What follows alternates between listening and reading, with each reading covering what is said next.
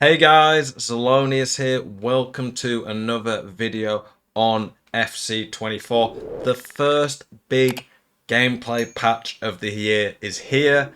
It's a feces from EA. There is a lot of info to go through here. I'm going to go through what they've said and then talk a little bit afterwards at the end about my experience of the patch so far. I've played 6 or 7 games on the new patch. Long story short, I don't feel it's felt very different, but we will talk about all the stuff that they've got in here. And I feel like you can't really fully judge a game patch as big as this until you've played a full week in League, to be honest. So let's go into it. So one thing I want to say from the start is that if you've got a list this long, then clearly the game wasn't ready for release. That is pretty simple. It feels like the first few weeks the game was a beta test from EA. And from my experience, you shouldn't be paying 80 quid for a beta, but hey, what do I know? So Ultimate Team, all these issues. Players could disappear from matches after a sub or a red card. Following the completion of a match, sometimes the advanced menu option did not function unless another menu was visited first on the post-match screen. I've seen that a lot. It happened to me today again after the patch, so this is still an issue. Well done, EA. Ada Hegerberg was causing gameplay issues. So that's still not working. It'll be a server release in the near future. Consecutive squad battles could not have been paused. Yeah, I definitely noticed that issue. I don't know if that's been fixed. I haven't played squad battles since. A stability issue that could have occurred when interacting with the transfer market. Yeah, definitely seen that. Using squad builder, player items could have been placed in correct positions. Seen that. Pack item openings were resulting in unintended animation with placeholder text. Yep, seen that. Squad battles was displaying a duration of 6 minutes out of the intended 4 minutes per half. Squad battles definitely has been 4 minutes per half, so that's been fine. SBC group description was not always visible. Seen that. Rivals timers and season end times were reversed. Never noticed that. Classic match could have started with 6 players on the pitch instead of the intended 22. Like, genuinely, how does some of this make it into the game? You makes you question if they even tested some of this. Are you sick to death of getting out teamed on FC24? Want that God Squad you've always been dreaming of? Check out iggm.com today. The best and most reliable place to get coins for your ultimate team. Use the link in the description and code ZEL at checkout for a 5% discount. Check out iggm.com today. Like I say, it feels like we were the guinea pigs testing the game. Transfer list page could not have been scrolled through. Yep, noticed that. Stadium items in the store we're not previewing yet. Playstyle Plus did not feature the plus symbol when viewed on a player by a screen. Yep, saw that. Pyrotechnics could have appeared in the centre of the pitch. I saw that once. That did happen to me in one game. It looked a bit crazy. Tempting to exit out a category of the store. The entire store was closed instead. Yep, saw that. EA definitely wanted to fix that one. They want to keep you in the store as long as possible. Time was not always displayed on the kit select screen. Yep, saw that a lot. After exiting a concept player search from the squad screen, the title did not always return to the correct screen. Let's have a look. Yep. Shortcut menu could have performed slower. Yep. Some UI elements had font color. Yep. Definitely saw that. Again, just how this is so basic, some of this stuff. Some specific cases, shortcuts did not send players to the intended location. Yep. Many shortcuts could have interviewed with preview pack. Yep. It says rest and hour on a lot of these, but I've encountered all of them, so I don't think I just got super unlucky. I don't think it was as rare as EA trying to let on. Some stadium item rewards not visible. Yep. Select a manager item, screen enter the club tab. Search and not always display manager items. Yep. Double walkout scene could have triggered 2 different songs playing simultaneously. I don't have music on, so I'd never know that. Stability issue that could have occurred when attempting to play 2 versus 1 co-op matches. Store could not be entered when using certain resolutions. One of my colleagues at work said he was having that with his PC because he plays PC. Stability issue when starting to play a friend match. Not tried that. Now the big one, gameplay. I've talked quite a lot about gameplay. I like a lot of things on this game, and then there's some things I really dislike, so this will be an interesting one. Increased ball travel distance on manually requested clearances. Didn't really think that was a major issue. Played a bit today, not really noticed that. Slightly increased jockey turning speed when moving at slower speeds. Haven't really noticed a difference in that since I've playing, but that's definitely something that could help with the dribbling. Slightly reduced the ball travel speed on ground and driven passes performed by players. The ping pass, I don't have anyone with the ping pass playstyle as far as I'm aware. I do think the ping pass was a little OP though, how dominant it was. Like George Stanway had it and the passes were just ridiculous. But I also like making players with good passing stats and playstyles more viable. I've never really tried a long throw, so I wouldn't know if that was a thing. I don't use precision shooting. I tried it, think it's too inconsistent and too easy to mess up. So I wouldn't know about this one. Improved visuals for the ball carrying situation where a red card foul has been committed during a breakaway. I mean, the refs and reds have been awful. Okay, there's a lot of issues here. Like we've got pretty much 2 pages of issues here. Just insane. Goalkeeper could have run past their intended location when rushing out of goal. Noticed that a lot. Keepers in one-on-ones. I don't mind them not being good, but they shouldn't be as awful as they were. Still felt really bad today when I've been playing. Players without the intercept and intercept playstyles could have performed contextual slide interceptions. I've seen Marcus Rashford, for example, do these crazy interceptions. Still saw players that happened today. Ping pass and ping pass playstyles were intentionally impacting first time passes.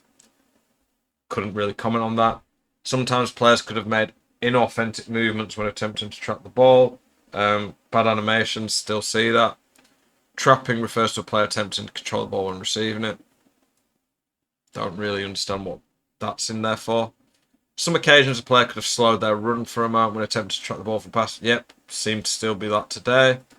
The issue was more common when receiving precision passes. Fair enough. Don't use this skill, so I won't be able to tell you. Don't use rainbow flicks, I couldn't tell you about that. Sometimes a player could have taken a touch of the ball instead of attempting to perform a requested first-time chip shot. Saw that a few times, but I feel like a lot of times players take an extra touch. Requested finesse shot could result in an unintended shooting animation. Definitely seen that a few times. Auto switching did not follow the player's auto switching control settings. Yep, saw that. Hopefully that's fixed. A volley could have incorrectly coded some heading situation. Saw that, yep. Requested header on demand could have resulted in a tackle his head. Seen that, yep. When the attacker dribbled straight at the defender could sometimes tackle the ball into the dribbler's path. Still seeing that today. I've seen people saying that one of the big things with this patch was supposed to be that tackles would go back to the defending team more. Really haven't noticed that. Feels awful still. Only real players with the play styles really ever keep the ball after a tackle. An idle animation could have played before the kick was taken. Okay. Improved referee logic when determining foul calls in situations where the ball carrier shielded the ball. Not really seen that yet. Offside calls. Determine offside calls where defenders miss an interception. Yeah, I've seen some really dodgy offsides this year. I saw one today like that and it was offside and they scored from it and it didn't give offside, so not really noticed that being fixed. Improved ref logic when determining foul calls situation where players jostle the ball while it's in the air. I mean, okay, the ref's just awful on this game. Players who went over the ad boards could have passed through non-playable characters while returned to the pitch. Not noticed that. Slide tackle animations did not play correctly. I mean, animations don't play correctly in general in this game a lot. I don't use the stop and face goal, so I couldn't comment on that. Players could pass through ad boards instead of jumping over them. Not noticed that. Short could have resulted in passing the ball passed through a defender's foot during a tackle. I noticed that quite a few times, so I don't know if that's fixed. I've not noticed it today. That's really annoying when that happened. Players adjusting positions and team action during a match could have resulted in a player disappearing from the match.